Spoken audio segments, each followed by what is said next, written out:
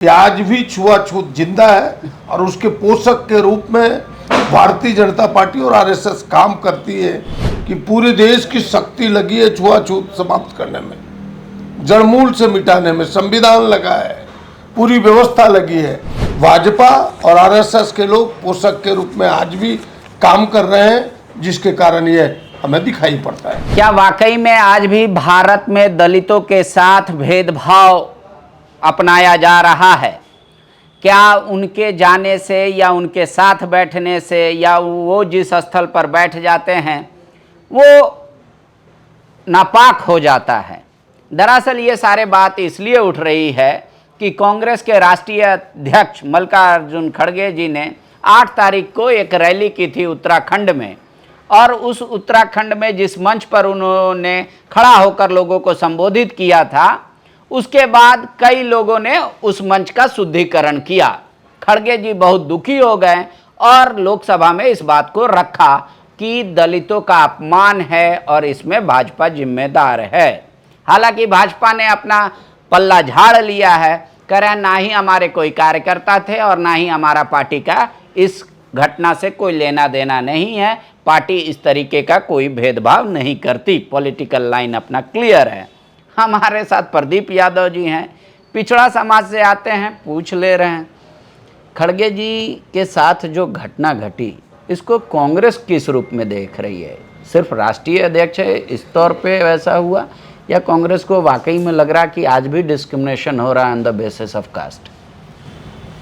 देखिए, कांग्रेस इसे राजनीतिक मुद्दा नहीं बनाना चाहती, और खड़गे साहब को आपने राज्यसभा में सुना होगा, खुद उन्होंने कहा कि हम ऐसे लोगों में से नहीं हैं, मेरा राजनीतिक कैरियर बहुत ही लंबा है कि दलित होने के नाते उसका कोई फायदा होता है, लेकिन जो आज समाज में व्याप्त है वो खत्म हो, इसके लिए हम संकल्पित हैं। और उन्होंने कहा कि 8 तारीख को हमने रैली संबोधित की हल्दियाना से, उस मंच से उत्तराखंड का, और मेरे जाने के बाद दूसरे ही दिन भारतीय जनता पार्टी के नेताओं ने वहाँ हवन किया, उसकी शुद्धिकरण की। ये हिंदू समाज के रीति रिवाज के भी विरोध है, उन्होंने ये शब्द कहा। और मेरा मानना है कि जो भारतीय जनता पार्टी है, आरएसएस है, ये आज भी छुआछूत को जीवित रखना चाहती है, उनके पोषक के रूप में ये काम कर रहे हैं, जिस कारण ये थोड़ा जिंदा है। वरना बाबा साहब ने जो संविधान बनाया, और संविधान में भी इसे एक अपराध माना गया है, छुआछूत को जड़मूल से समाप्त करना है, और इसमें कहीं दो राय नहीं है कि आज भी छुआछूत जिंदा है और उसके पोषक के रूप में भारतीय जनता पार्टी और आरएसएस काम करती है। इसीलिए आज हमने पूरे देश में इस घटना के विरोध में कांग्रेस पार्टी ने विरोध दर्ज किया है। कहीं मशाल जुलूस, कहीं रैलियां, कहीं सत्याग्रह, कहीं उनके पुतला दहन, सारे कार्यक्रम हो रहे हैं। लेकिन अब बीजेपी ने तो इसको सिरे से इनकार कर दिया, बोला हमारे कार्यकर्ता नहीं थे। अब वो कौन थे आदमी, उस पर सरकार कार्रवाई करेगी।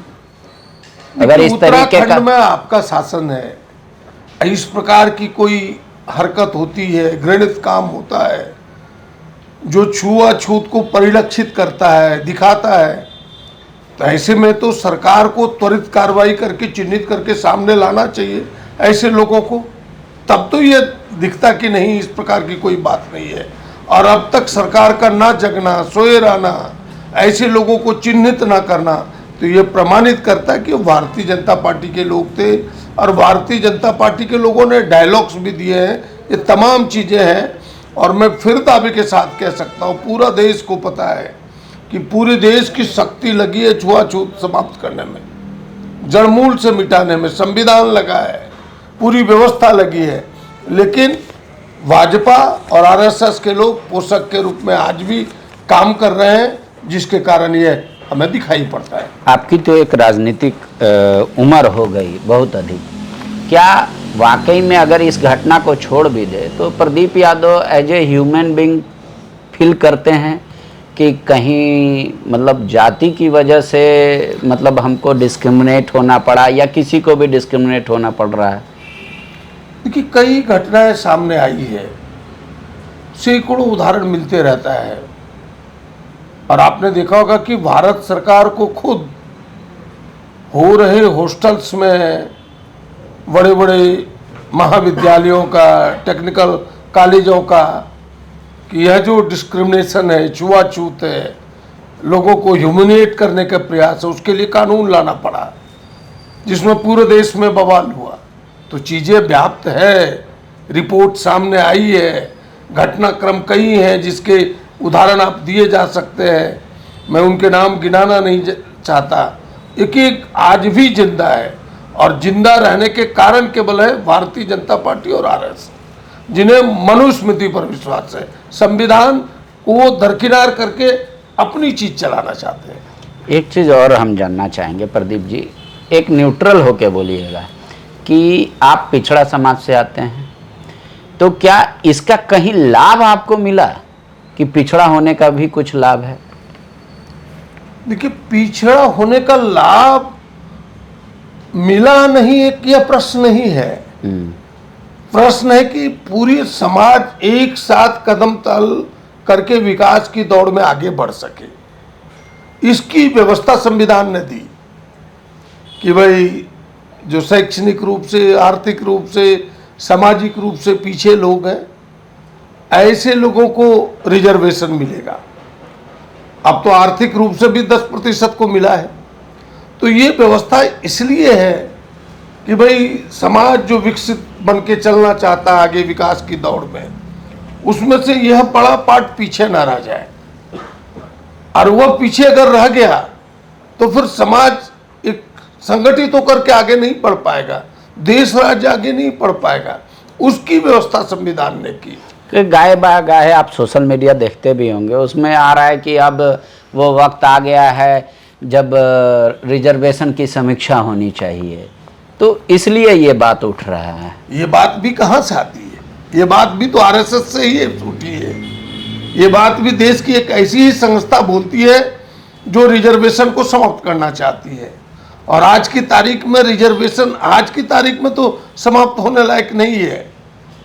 जब वो परिस्थिति आ जाए तब उस पर विचार होगा। हमें नहीं लगता कि अभी वो परिस्थिति सामने है। आज की परिस्थिति में आप देखिए, आज भी न्यायालयों में अगर रिजर्वेशन नहीं है तो ना तो पिछड़ों के लोग दिखाई पड़ेंगे, ना तो दलितों के लोग दिखाई पड़ेंगे, गाहे बगाहे एक दो लोग दिखाई पड़ेंगे। आदिवासी आपको एक आध दो दिखाई दे दिए तो बहुत है। उन्हें टिमटिमाता हुआ तारा है, उसकी सघनता नहीं है, उसकी उपस्थिति जिस अनुपात में संख्या वो नहीं है। और मैं तो आज भी कहता हूँ कि अगर यह रिजर्वेशन ना होता तो जो समानुपात आप सरकारी नौकरियों में या अन्य जगहों में देखते हैं वो ना मिलता। और जहाँ नहीं है वहाँ देखिए आप कॉरपोरेट घरानों में जहाँ रिजर्वेशन नहीं है वहाँ आप देखें पिछड़ों दलितों आपको की संख्या, आदिवासियों की संख्या बहुत कम नजर आई।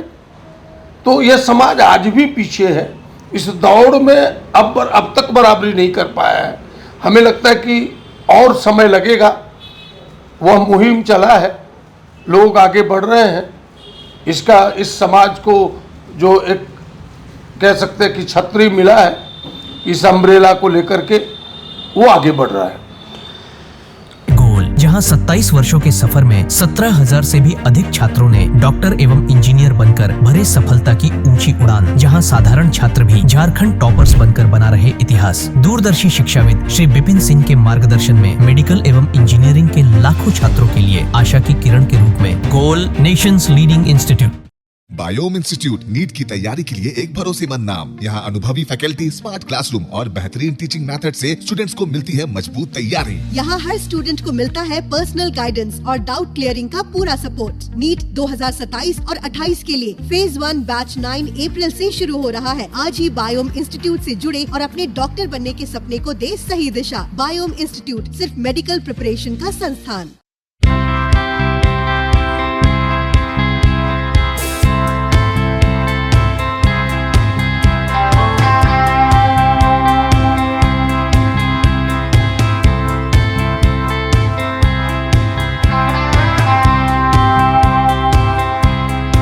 काम की तलाश है, भरोसेमंद नौकरी चाहिए? जुड़िए एएनजी के साथ, जहां श्रमिक सबसे पहले।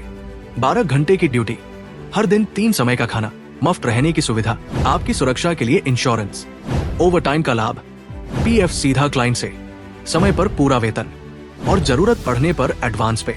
एएनजी मैन पावर सॉल्यूशंस, सम्मान के साथ काम, भरोसे के साथ कमाई। thefollowup.in. Like, share, and subscribe. www.thefollowup.in